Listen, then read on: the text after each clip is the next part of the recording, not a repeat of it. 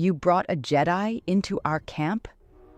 Well, I mean, if it isn't enough to have one child with fancy powers, now we have to deal with two. Well, it wasn't exactly my plan to begin with. It was his. Don't say it like it's a bad thing. You had that little fella going around slurping out snacks with his telekinesis. We need someone who can put him in line. Should I be concerned about your friend's anti-Mandalorian tendencies? And is he going to convert that child into a Jedi? I'm so confused. Well, the green kid has a history as a Jedi. He shows promise as a warrior, but he needs to learn to control the Force, damn it. So while you plan on making out with your boyfriend, why not bring in a master of the Force? Is that so hard? My relationships are none of your business, Mandalore. And yes, it is a great concern to have people with such abilities amongst our midst.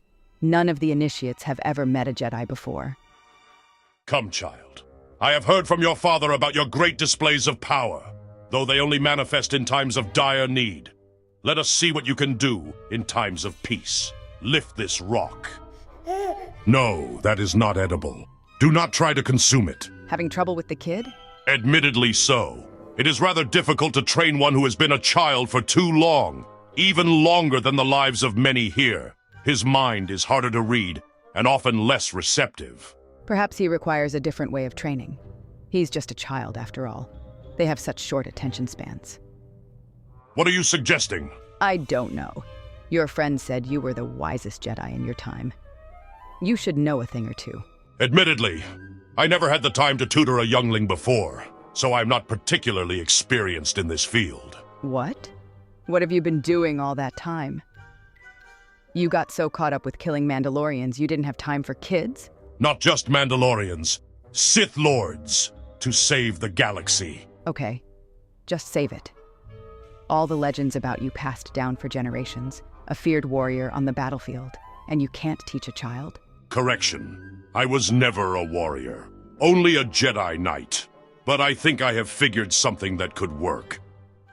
All right, Grogu. In the ancient times, before civilizations branched out into the stars, the pebble was the ultimate weapon. Fortunately, that is not the case today. Oh. This is your idea of connecting him to the Force?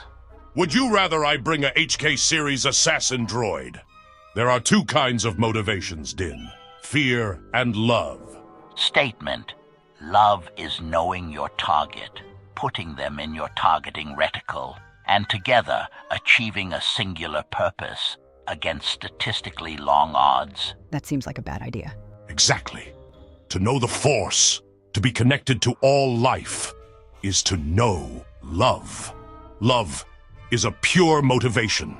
It will not be twisted and turned as fear is. Love is based on hope. Fear stems from disdain. I've never been one to sit in for a lecture on philosophy. I understand. Mandalorians are a tough nut to crack. They are a people of action. They do not find too much value in emotions and beliefs. Oh yeah, I'll tell you what I believe. I believe if you don't start your demonstration, I'll throw you out of this camp. Calm down, Lady Kryze. And so let us pretend that these rocks are blaster bolts. I will launch them toward Din like this. And Grogu's job is to catch them with his eyes covered. Fair enough. But do I have to be target practice? Love is pure, but passions can be overwhelming. Let this be a simple test of your child's concentration amidst the suffering of those he loves. Impressive. I imagine he would be capable of so much more in the years to come. I imagine so. But if you ever think of pulling any dangerous stunts with the child, you'll have to answer to me as well. It appears that the only blade as sharp as your tongue is the Darksaber. Fear not, Lady Kryze. I am a man of my word.